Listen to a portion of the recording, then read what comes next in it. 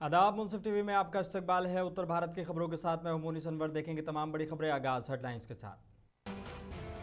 CM Yogi Adityanath ने जनता दर्शन में शिकायतें सुनी। अधिकारियों को त्वरित समाधान के निर्देश। लापरवाही पर सख्ती बरती जाएगी।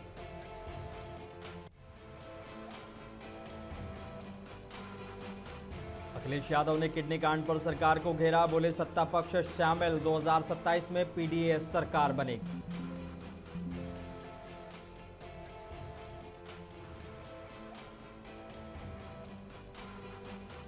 नैनीताल जिले के रामनगर में हनुमान धाम पहुंचे सीएम पुष्कर सिंह धामी। पूजा अर्चना कर देवभूमि के देवत्व को बचाने का लिया संकल्प।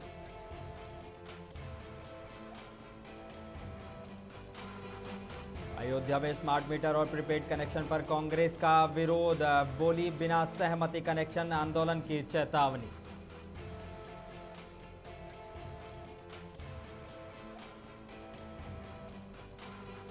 मुरादाबाद नगर निगम ने 100 करोड़ वसूली का बनाया रिकॉर्ड। बेहतर रणनीति से आए 160 करोड़, 200 करोड़ का लक्ष्य तय।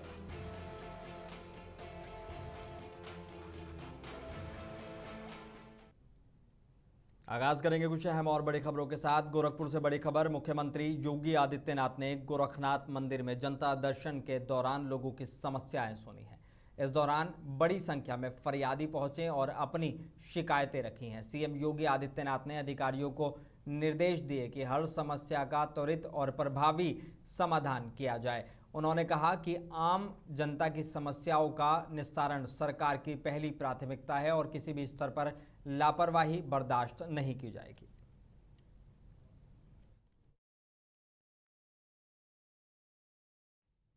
उत्तर प्रदेश के गोरखपुर से बड़ी खबर है। मिर्जापुर घाट पर हुई दर्दनाक घटना से पूरे इलाके में शोक का माहौल है। मुख्यमंत्री योगी आदित्यनाथ ने तुरंत संज्ञान लेते हुए अधिकारियों को मौके पर पहुंचकर राहत और बचाव कार्य तेज करने के निर्देश दिए हैं। साथ ही आने वाले त्योहारों को देखते हुए सभी घाटों पर सुरक्षा सख्त करने के इंतजाम और सुनिश्चित करने के लिए कहा है, ताकि भविष्य में ऐसे हादसों को रोका जा सके।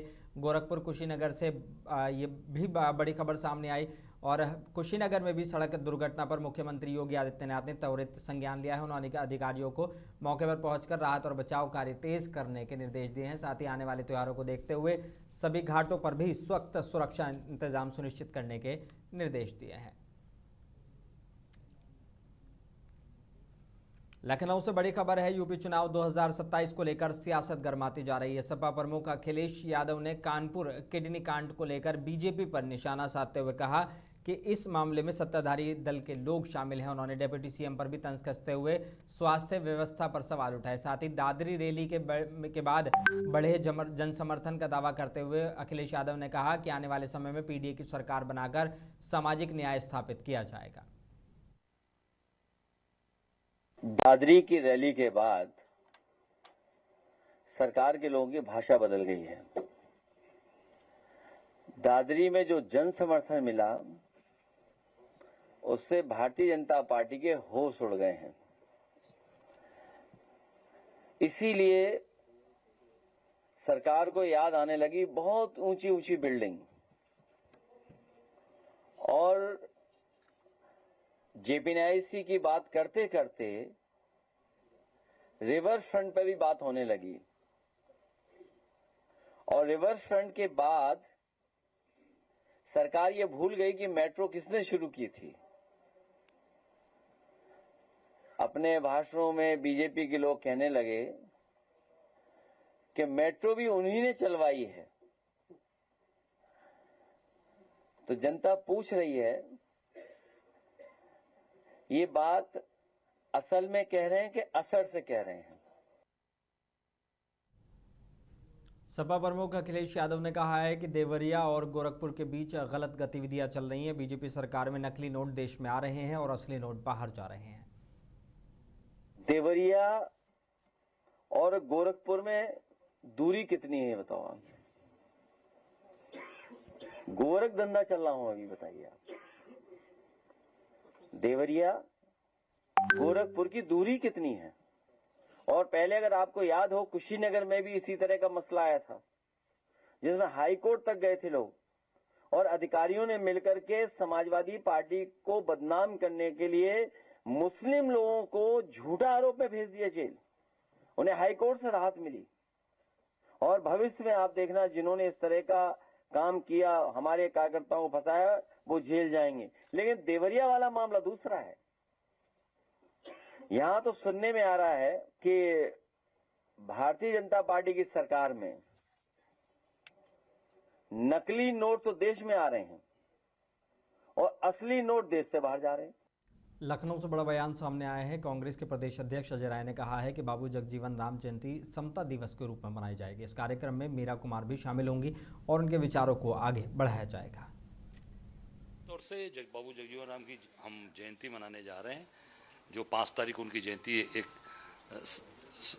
समता दिवस के रूप में मनाई जाती रही है। आज उनको हम लोग यहाँ गोष्ठी करने जा रहे हैं और उसमें उनकी बिटिया मीरा कुमार जी, जो लोकसभा की अध्यक्ष, वो आ रही हैं और पूरे हम उसको धूमधाम से उनकी जयंती मनाएंगे और उनकी आदर्श पर हम सब लगातार कांग्रेस पार्टी जो चल रही है और उसको और मजबूती से आगे बढ़ाएंगे। देखिए, भारतीय जनता पार्टी के लोग, जितने भी गलत कार्य करने वाले लोग हैं, सबको संरक्षण दे रहे हैं, चाहे वो प्रदेश स्तर के हों, चाहे देश स्तर के हों, नकली नोट हो, चाहे मुंदड़ा में जो ड्रग्स मिली है, वो सारी चीज़ें उसकी जांच पड़ताल में आया कि उसको चूहे खा गए, उतनी ड्रग्स का खेत था, वो चूहे खा गए। तो इससे साबित हो रहा है कि ये भारतीय जनता पार्टी पूरी तरीके से भ्रष्टाचार और गलत लोगों के साथ, ड्रग्स तस्करों के साथ, नकली नोट वालों के साथ खड़ी है।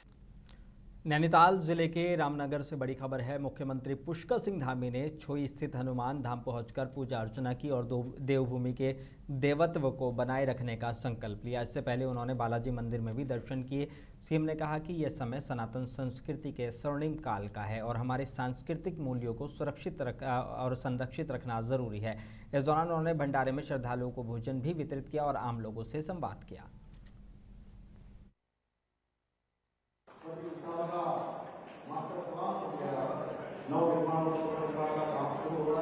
उनकी प्रेरणा से हम पूरे राज्य के अंदर, चाहे हमारा केदारखंड हो, चारोधाम हो, हेमकुंड साहब हो, या हमारा आदि कैलाश हो, या हमारा हनुमान धाम, भगवान विद्या का स्थान हो, बाबा नीम करौली का स्थान हो, बाबा बागनाथ का स्थान हो, जागनाथ का स्थान हो, हाटकालिका का स्थान हो, सोरगाड़ी मैया का स्थान हो, या आदि कैलाश हो, सीमांत क्षेत्र में, या पुरानी मैया का स्थान हो, सारे ही स्थान आज सब में नवनिर्माण हो रहा है, पुनर्निर्माण हो रहा है और हमारे सनातन का ये स्वर्णिम काल हो रहा है।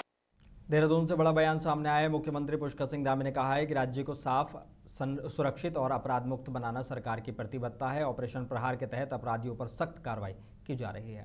देखिए, देवभूमि पूरी तरह से साफ होनी चाहिए, स्वच्छ होनी चाहिए और अपराध मुक्त होनी चाहिए, हमारा संकल्प है। पिछले दिनों जरूर कुछ एक घटनाएं आई हैं, बहुत दुखद भी हैं और हमारे लिए एक तरह से चुनौती भी है कि हम इन सब घटनाओं को पूरी तरह से समाप्त करेंगे, इनकी पुनरावृत्ति न हो, इस प्रकार की व्यवस्था करेंगे। ऑपरेशन प्रहार पुलिस विभाग ने शुरू किया है और उसके तहत बहुत सारे जो अपराधी हैं, गैंगस्टर हैं या पेशेवर अपराध में शामिल हैं, उन सभी को पकड़ने के लिए, और जितने यहाँ पर हॉस्टल हैं, क्योंकि देहरादून में हजारों बच्चे देश के भी, दुनिया के भी यहाँ पर शिक्षा के लिए आते हैं, अलग अलग इंस्टीट्यूशन में आते हैं, तो उन सभी की छानबीन कर रहे हैं और हॉस्टल संचालकों को भी चूँकि इसमें सहयोग करना होगा सभी को, और सभी का जो पिछला रिकॉर्ड है वो भी खंगाल रहे हैं। जांच अभियान भी तेज किया है। दिल्ली से बड़ा बयान सामने आया है। सपा सांसद रामगोपाल यादव ने कहा कि बहुमत के दम पर गलत फैसले लिए जा रहे हैं, जिसका खामियाजा आम जनता भुगत रही है। गलत काम ये काम कर रही है, जनता उसका दुष्परिणाम भोग रही है। ईश्वर इनकी मदद करे। ये रामानंद सागर ने जो रामायण की थी वो सारे ग्रंथों का निचोड़ था। अब पता नहीं कैसी होगी, उस रामायण का ये कोई मुकाबला नहीं कर सकता। वो तो ऐसा है, जैसा राजा होता है वैसा ही लोगों को कष्ट होता है। ये मालूम है कस्टम ड्यूटी और एक्साइज ड्यूटी का लाभ किसे हो रहा है? आम किसी को नहीं हो रहा है। आम आदमी का न कोई वोटर्स को हटा पाएगा, न इन लोगों के कहने से कुछ होगा। ममता जीतेगी, लिख लीजिए आप और रिकॉर्ड रखिए इसे, और भारी बहुमत से जीतिए। बहुत बड़ा अंतर है। सारी ताकत दिल्ली लगा दे, कुछ नहीं बिगाड़ पाएंगे।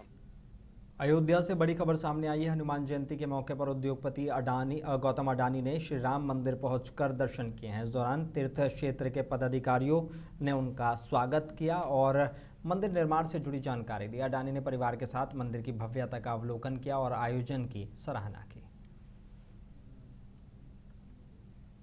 अयोध्या से खबर है, स्मार्ट मीटर और प्रीपेड कनेक्शन को लेकर कांग्रेस ने विरोध जताया है। जिलाध्यक्ष चेतनारायण सिंह ने आरोप लगाया कि बिना सहमति स्मार्ट मीटर लगाए जा रहे हैं और मामूली बैलेंस कम होने पर बिजली काटी जा रही है। पार्टी ने मुख्य अभियंता को ज्ञापन देकर कार्रवाई की मांग की है और चेतावनी दी है कि जरूरत पड़ी तो आंदोलन किया जाएगा। मुरादाबाद से बड़ी खबर है, नगर निगम ने पहली बार कर वसूली में 100 करोड़ का आंकड़ा पार कर लिया है और इतिहास रच दिया है। नगर आयुक्त दिव्यांशु पटेल ने बताया कि वित्तीय वर्ष 2025-26 में कुल आय 160 करोड़ रुपए रही। उन्होंने कहा कि बेहतर रणनीति और जनता के सहयोग से यह संभव हो पाया है। साथ ही आने वाले समय में 200 करोड़ आय का लक्ष्य रखा गया है और शहर के विकास कार्यों को और तेज किया जाएगा। देखिए, कल वित्तीय वर्ष का आखिरी दिन था, 31 मार्च था और नगर निगम मुरादाबाद के द्वारा जो बीते दिनों में भी लगातार अपडेट दी जा रही थी टैक्स वसूली के संबंध में, साथ ही जो हमारी टोटल आय के संबंध में था, उसी संबंध में मीडिया के माध्यम से सारी जानकारी शेयर करने के उद्देश्य से ये प्रेस कॉन्फ्रेंस आयोजित की गई थी। इसमें ये अवगत कराना है कि नगर निगम मुरादाबाद ने अपने इतिहास में पहली बार टैक्स में 100 करोड़ का आंकड़ा पार किया है। 105 करोड़ हमने टैक्स की वसूली की है। नॉन टैक्स को मिलाकर हमने 160 करोड़ का आंकड़ा पार किया है।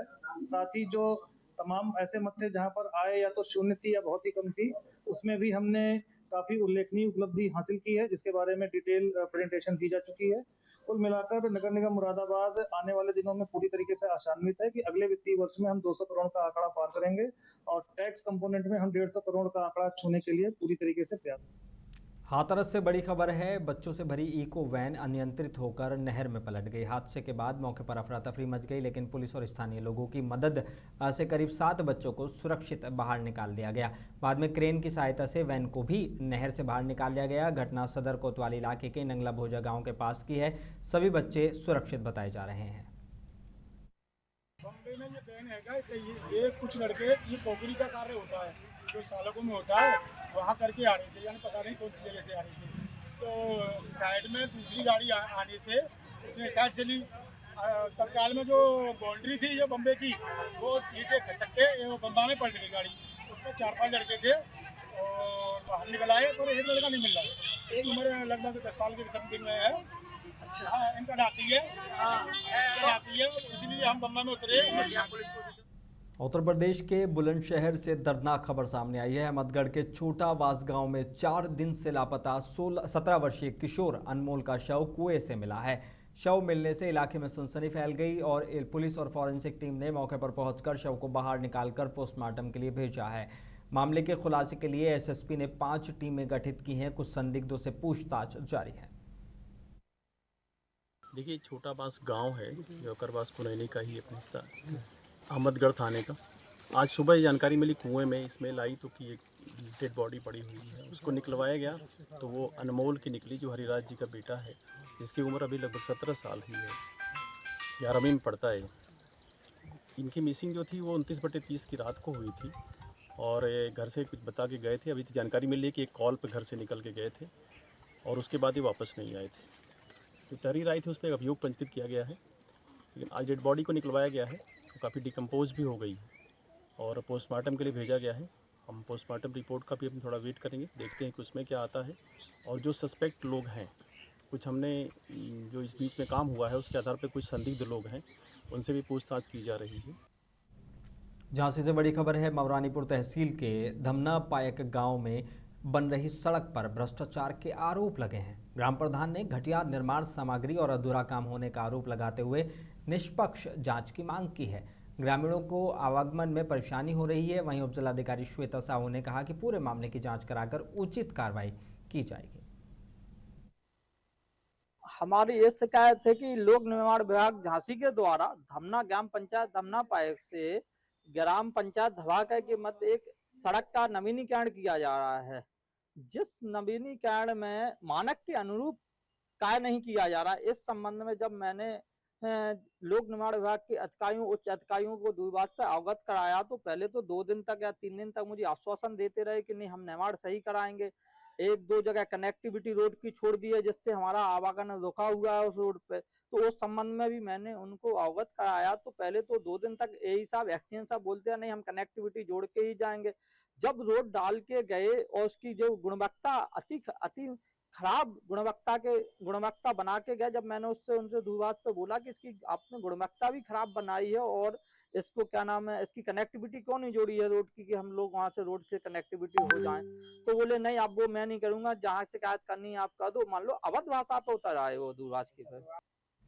कौशाम्बी से बड़ी खबर है। चरवा थाना इलाके के बरियावा गांव में पुरानी रंजिश के चलते 2 पक्षों में खूनी संघर्ष हो गया। इस घटना में एक व्यक्ति की इलाज के दौरान मौत हो गई जबकि कई लोग घायल हैं। सूचना मिलते ही पुलिस मौके पर पहुंची और हालात को काबू में किया। एसपी ने बताया कि आरोपियों की गिरफ्तारी के लिए टीमें गठित कर दी गई हैं और इलाके में शांति बनाए रखने के लिए पुलिस बल तैनात है। देखिए आज सुबह जो जनपद कौशाम्बी का थाना चरवा है इसका बरियावा गांव है, वहां से एक ही बिरादरी के 2 पक्षों के बीच में मारपीट की सूचना प्राप्त हुई थी। इस सूचना पर पहले स्थानीय पुलिस और इसके बाद में क्षेत्राधिकारी मौके पर पहुंचे थे। पूरे घटनाक्रम का जो है वो जानकारी ली गई थी। इसमें जिन व्यक्तियों को चोटें लगी थी उनको पहले CHC जो चरवा है वहाँ पे इनको एडमिट करवाया गया था। इसमें कुछ व्यक्तियों को जिला अस्पताल के लिए रेफर किया गया था। इसमें एक व्यक्ति जो है इसके गंभीर रूप से चोट लगी थी और ये यहाँ जिला अस्पताल आने के समय रास्ते में एक्सेसिव ब्लीडिंग की वजह से इनकी मौत हुई है। इस सूचना पर तत्काल मैं यहाँ फोर्स के साथ मौके पर पहुँचा हूँ। यहाँ पे जो घटनाक्रम है उसकी जानकारी ली गई है तथा जो परिजन है उनसे भी बात की गई है और उनको इस बात का आश्वासन दिया गया है कि इसमें पुलिस नियमानुसार मुकदमा पंजीकृत करते हुए आवश्यक ठोस कार्रवाई अमल में लाएगी। और जौनपुर से अच्छी खबर है। सिरकौनी ब्लॉक के सेहमलपुर स्कूल में शिक्षा चौपाल और वार्षिकोत्सव का आयोजन किया गया। मुख्य अतिथि CDO ध्रुव खाड़िया और BSA डॉक्टर गोरखनाथ पटेल ने बच्चों का स्वागत कर उन्हें प्रोत्साहित किया। इस दौरान 20 नए बच्चों का नामांकन भी कराया गया। कार्यक्रम में बच्चों ने सांस्कृतिक प्रस्तुतियां दी और वहीं अधिकारियों ने शिक्षा की गुणवत्ता सुधार और ज़्यादा नामांकन पर जोर दिया है। हमारे उत्तर प्रदेश में विभिन्न विद्यालयों में स्कूल चलो अभियान चल रहा है। उसी क्रम में आज विकासखंड सिरकौनी में कंपोजिट प्राथमिक विद्यालय हमारा जो सेहमलपुर है उसमें ही एक कार्यक्रम का आयोजन किया गया है, जिसमें हमारे जितने भी बच्चे हैं जो कक्षा 8वीं से पास आउट हुए हैं और जो हमारे नए नामांकित बच्चे हैं जिन्होंने इस वर्ष एडमिशन लिया है उनको स्वागत करने के लिए और जो हमारे कक्षा 8वीं में पास आउट हुए हैं बच्चे उनको सम्मानित करने के लिए एक कार्यक्रम आयोजित किया गया है। इस कार्यक्रम में हमारे कई ऐसे प्रतिभाशाली बच्चे हैं जो पास आउट हुए हैं, जिन्होंने कई प्रतियोगिताओं में प्रथम स्थान प्राप्त किया है। विभिन्न स्तरों पे कुछ बच्चे ऐसे हैं जिन्होंने डिस्ट्रिक्ट स्तर पर प्रथम स्थान प्राप्त किया है, उनका सम्मान किया गया है, उनके अभिभावकों का सम्मान किया गया है। इसके अलावा हमारे जो नए बच्चे आए हैं जो पहली बार इस विद्यालय से जुड़े हैं, कक्षा 1 में जिन्होंने नामांकित किया है, उनको स्कूल सिस्टम से हमारी जो विद्यालय सिस्टम से उनसे जोड़ा गया है। इसके साथ साथ इस कार्यक्रम में जितने भी बच्चे हैं उनको पढ़ाई की महत्वता और हमारे जो आगे वाले जो कार्यक्रम है, जो हमारी जितनी योजनाएं हैं उसके बारे में जानकारी देंगे। वाराणसी से बड़ी खबर है। रामनगर में पुलिस और बदमाशों के बीच मुठभेड़ हुई है। इस दौरान गो तस्कर मोबीन अहमद के पैर में गोली लगी है, जिसे घायल हालत में गिरफ्तार कर लिया गया है।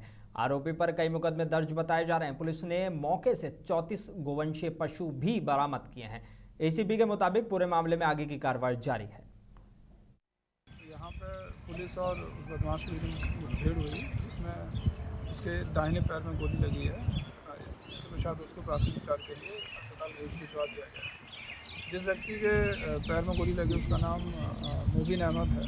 मोबीन अहमद को स्टार अहमद, उम्र लगभग 24 वर्ष है तथा इसके ऊपर पहले से ही लगभग 9 मुकदमे दर्ज हैं, जिसमें से अधिकतर मुकदमे गौ हत्या के ही दर्ज हैं तथा इसके ऊपर गैंगस्टर की भी कार्रवाई हो चुकी है गुंडा और चंदौली से। ये सब कुख्यात अपराधी हैं जो लगातार ये गौ तस्करी का काम करते हैं। कहाँ का रहने वाला है? ये कौशाम्बी का रहने वाला है। इनामिया भी है, कुछ इनाम भी रखे गए हैं इसके ऊपर? नहीं, अभी तो इनामिया नहीं है तथा दूसरा जो अपराधी है जो सुबह पकड़ा गया था उसका नाम है नौशाद अहमद।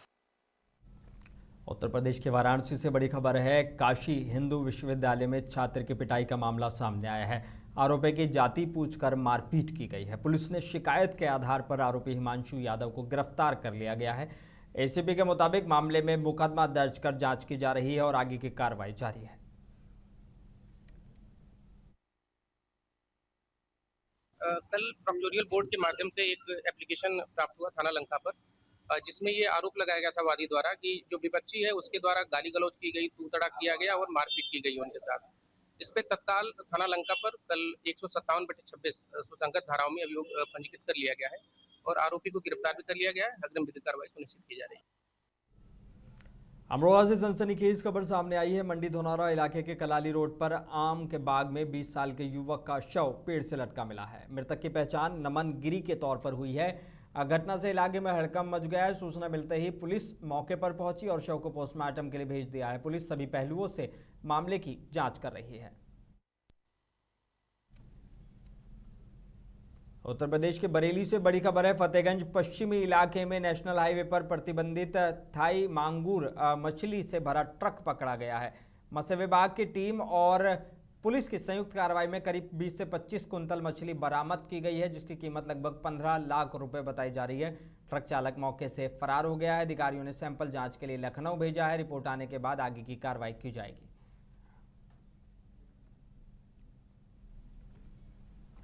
और खबर लखीमपुर खीरी से है। लखीमपुर खीरी में हनुमान जन्मोत्सव पर गुलेरी बाबा हनुमान मंदिर में भक्ति और आस्था का अद्भुत नज़ारा देखने को मिला है। रात में महाआरती और सुबह भव्य पदयात्रा में हजारों श्रद्धालु शामिल हुए। करीब 6 किलोमीटर लंबी यात्रा में जय हनुमान के जयकारों से शहर गूंज उठा। बुलडोजर पर सची झांकियां आकर्षण का केंद्र रही और प्रशासन ने सुरक्षा के पुख्ता इंतजाम किए थे।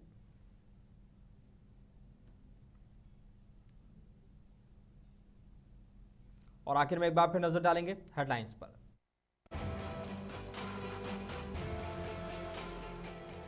सीएम योगी आदित्यनाथ ने जन सुनवाई में कई शिकायतें, अधिकारियों को त्वरित समाधान के निर्देश।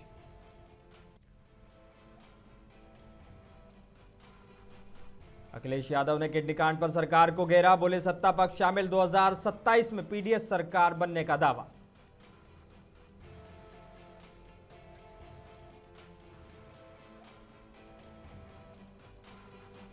नैनीताल जिले के रामनगर में हनुमान धाम पहुंचे सीएम पुष्कर सिंह धामी। पूजा अर्चना कर देवभूमि के देवत्व को बचाने का लिया संकल्प।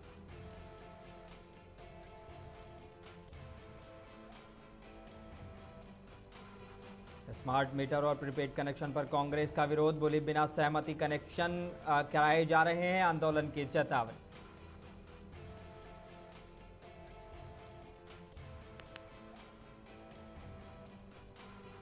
और मुरादाबाद नगर निगम ने 100 करोड़ वसूली का बनाया रिकॉर्ड। बेहतर रणनीति से आए 160 करोड़, 200 करोड़ का लक्ष्य तय।